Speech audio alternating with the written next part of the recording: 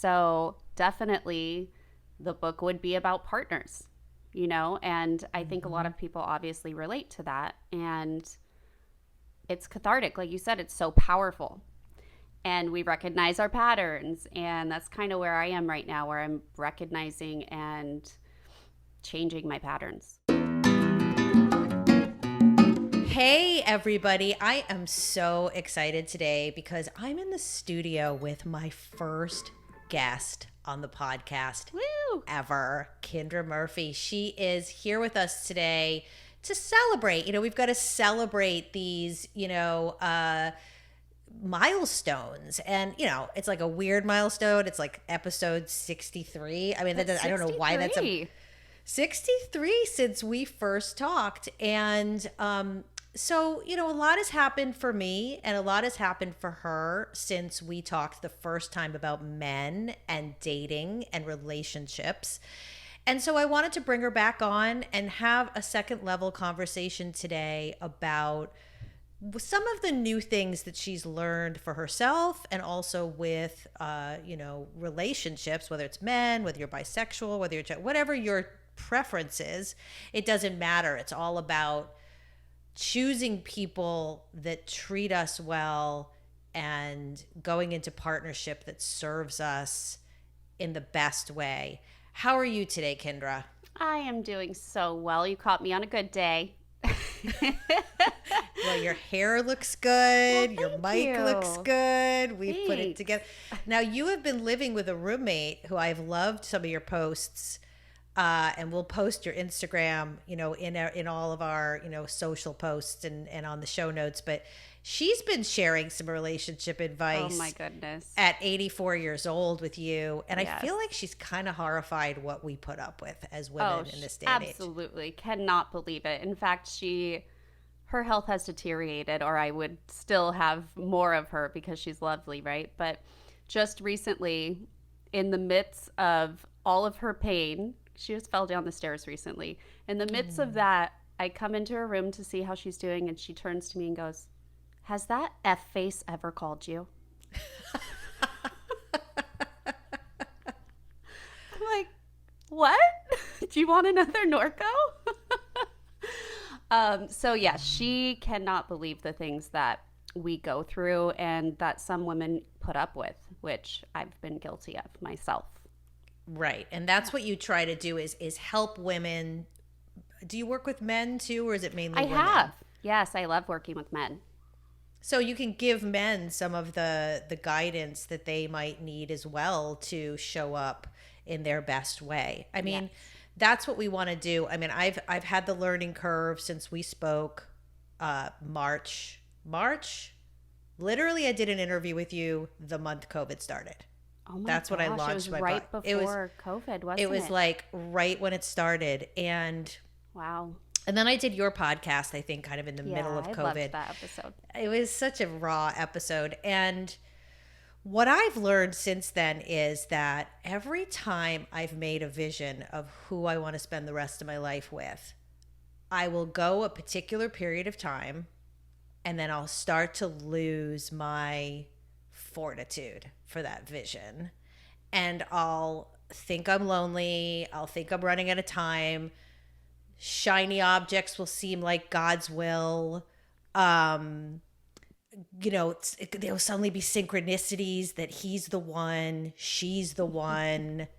I've gone to she's the one. Wow, much to catch up on. Well, because why not, right? Like, Everyone's probably not, but why not? I mean, sort of like, so in a lot of ways, there's been like a lot of expansion, but there's also still a little bit of the same kind of like, not jumping sexes, but like, it's still the same business, right? Yeah. Of not staying within self and saying, I am gonna hold off, even if I'm alone for the rest of my life.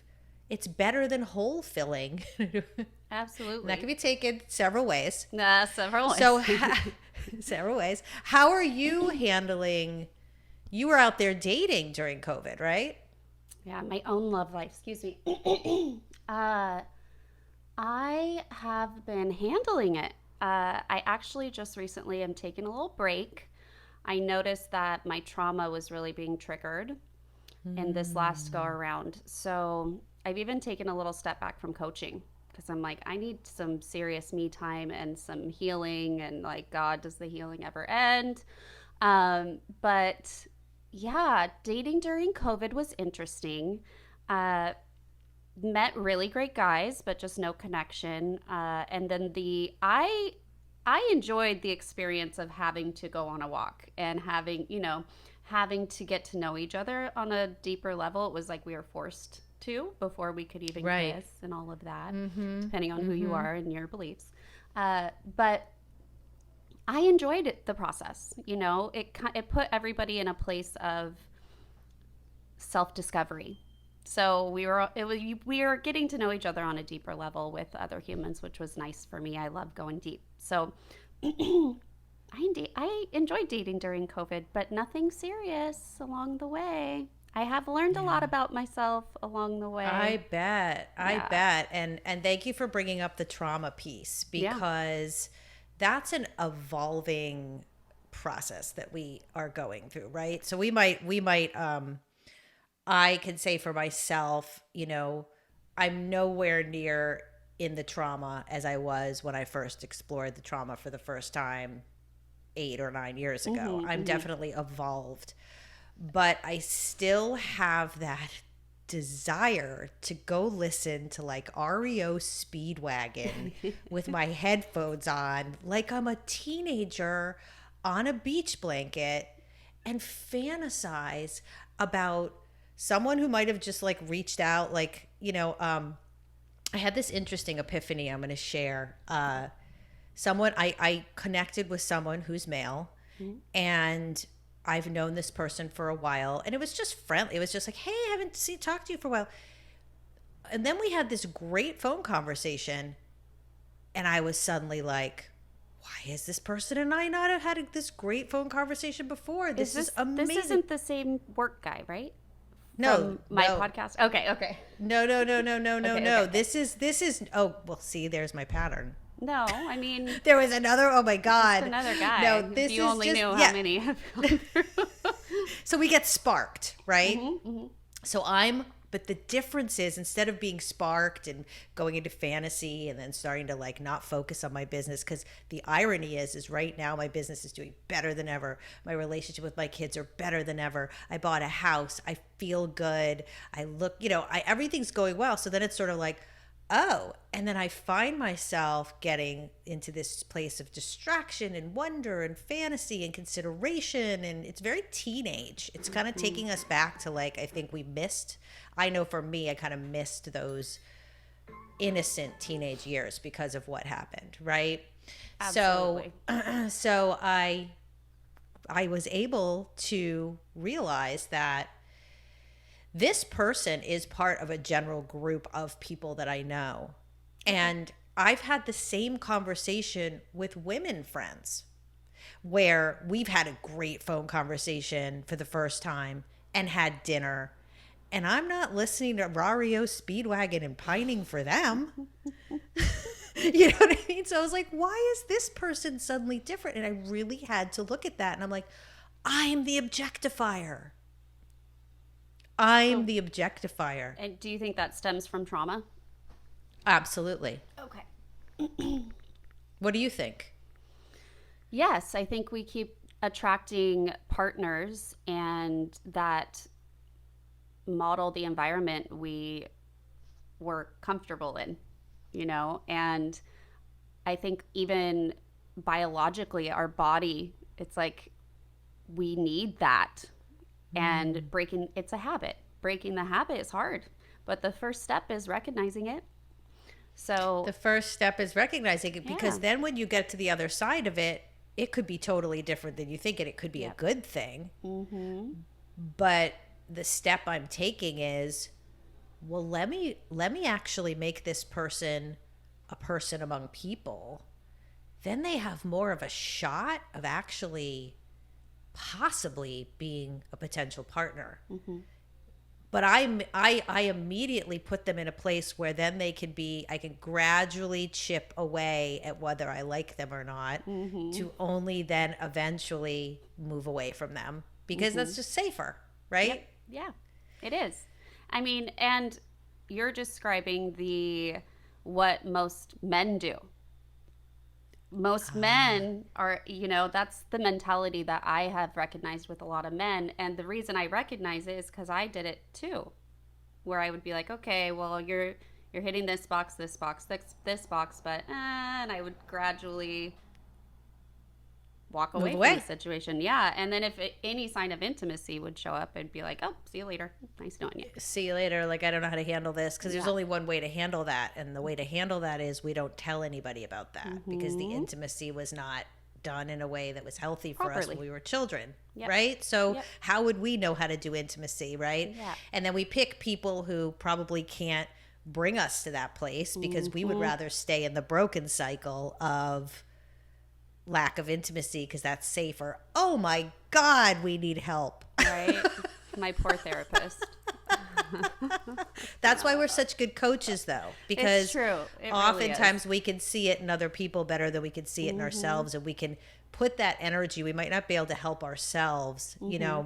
Let's talk about writing. When people talk about relationships or sexual abuse or their life in books, the writing about past relationships comes up. And it's really interesting for them to see the patterns of what they accepted and why. And writing about relationships is very, very powerful. Do you do any writing? Do you keep a journal of everyone you've dated? I keep it all in my head. It really depends on my emotional state. Sometimes I need to write the things down about the person. But writing's cathartic for me in regard to relationship. I started out a blog writing about my own relationships just for my own, it was like my journal. So Right. I used to really keep up with that. But as you know, want to write a book. So definitely the book would be about partners, and I think a lot of people obviously relate to that. And it's cathartic. Like you said, it's so powerful. And we recognize our patterns. And that's kind of where I am right now, where I'm recognizing and changing my patterns. I think it would be very powerful if you wrote a book about all the different people that you've, Oh, yeah. dated. It'd be funny, sad. It would be funny. Hit all it would the be emotions. sad. Yeah, because I know that there's many people that don't want to date. So I've made the choice to no longer be on dating apps Okay, I was going to ask.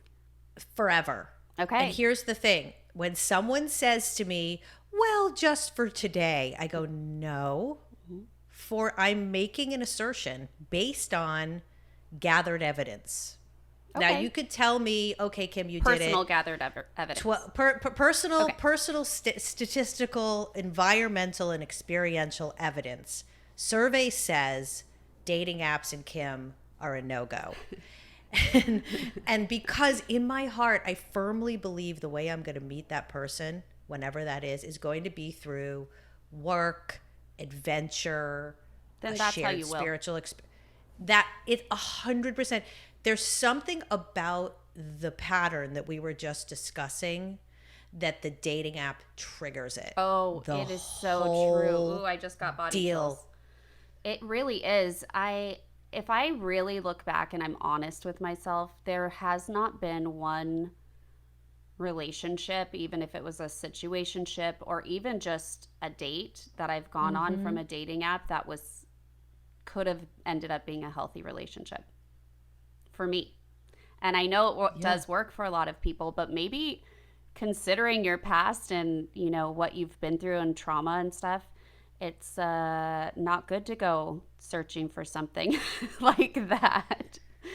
No, Yeah, because on the a dating app. swiping's addictive, It and is. then you are able to laser in to who you think is going to fill that cycle, Who you which think. is you're sort of good, but you might be this sounds awful, but you might be just less than my superiority for me to be able to eventually discard you so that I can then be safe again and then start the search all over again once I'm out of that state of I broke up, I broke like that, like it's empowering in almost a way for a survivor to break up with people, right? Like it really is.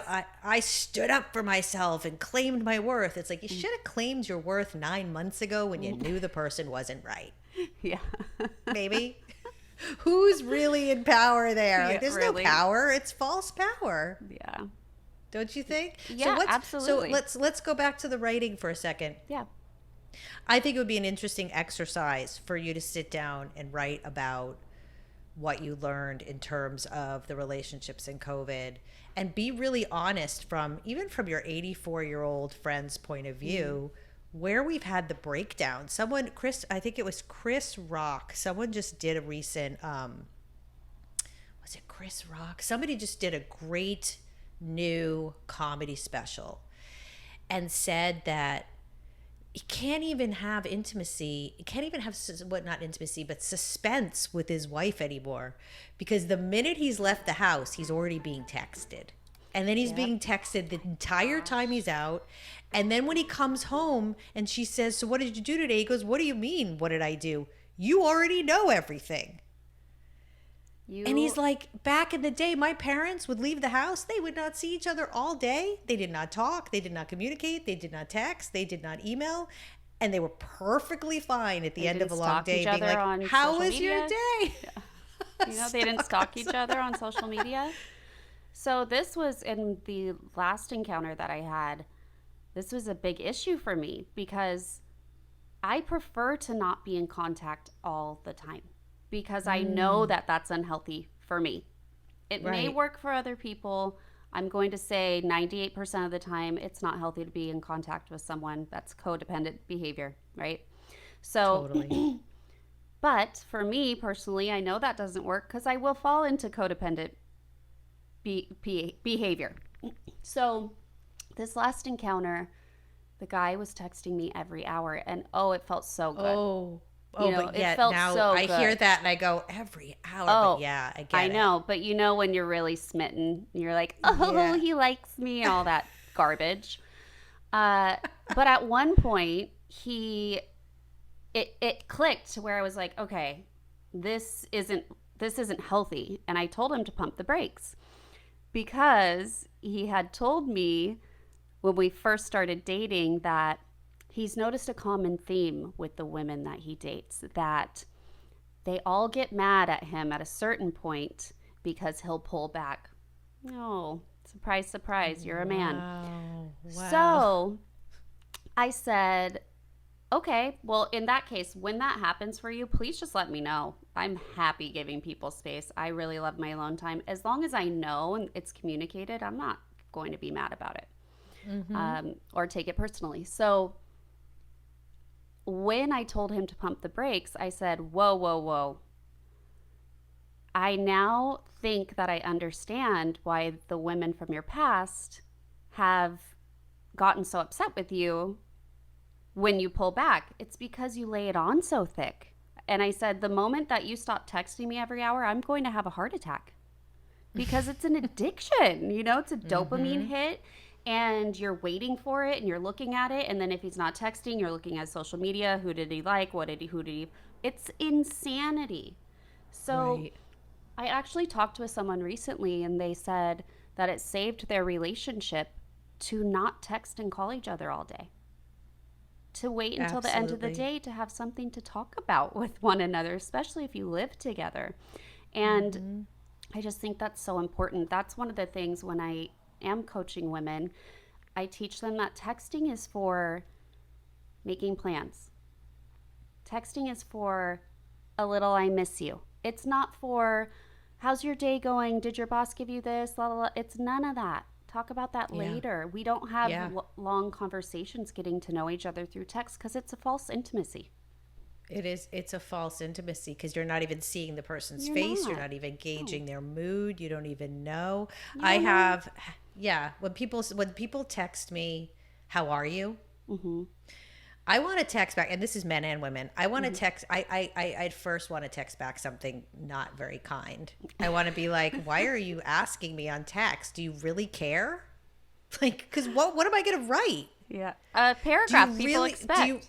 Do you really want me to tell you on text how I feel right now? Like, so I've learned, instead of getting into it, because they're not going to change, I just do thumbs up, and the people are like, great, because that's actually all they wanted to know. Yep.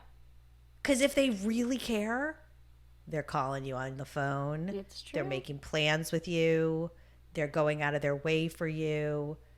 And I have to watch that too. It's like, how are you doing? And that hot and cold thing too. I'm so glad that you were able to say that to that guy, because maybe he could learn something. Oh, you know? He said, wow, I think you just summed up my romantic life, romantic past in one sentence. But he didn't stop doing it. He didn't stop doing it. And later admitted it was an insecurity because he didn't want to lose an incredible woman. And it's, which is so unfortunate. If that's the only way you think you can keep a woman around is by building a false intimacy, then let's look in a little deeper. And I don't want to coach my partner. No. Somebody has to come to the table with at least something, They have to have the key that fits your lock, and you have to have the key that fits their lock, and then you could open that up for whatever comes up. But you got to kind of go in with similar value systems, energy systems, and, well, we could talk about this for a very long time. We can. We are out of time, believe it or not. So we have to stop. But if anybody wants to hear Kindra's, she's got some amazing truths that she, dishes out on her podcast. Please go and listen. I know, how many episodes have you done now? I know that you don't put out a ton. 6, 7? 7. Oh, that's good. There's 7 really good episodes. But I am taking a break from the social media and full-blown podcast mode. Oh, so excited. That's all I want. Well, this is perfect timing, because these conversations have to keep going. They do. And everybody should write about their relationships, because it's great material. Whether it ends or not, believe you me, that is great material to explore, even if you put it into fictional characters. So start writing about those relationships. Stop worrying that they weren't your person. Your person is going to come when you're, spiritually and emotionally fit. And thank you, Kindra. Do you have any last words for our hopeful listeners? Yes, I will say, in context of the writing, that even if you're writing about something completely separate from relationships and you can't get your mojo and you have writer's block, maybe take a minute and write about your relationships and stir up all that emotion in you, and it might inspire you for your other topic. That's great. Right? Yeah, that's great advice. Yeah, excellent. Well, thank you so much. Yes. Thank you for having me. So good to see you.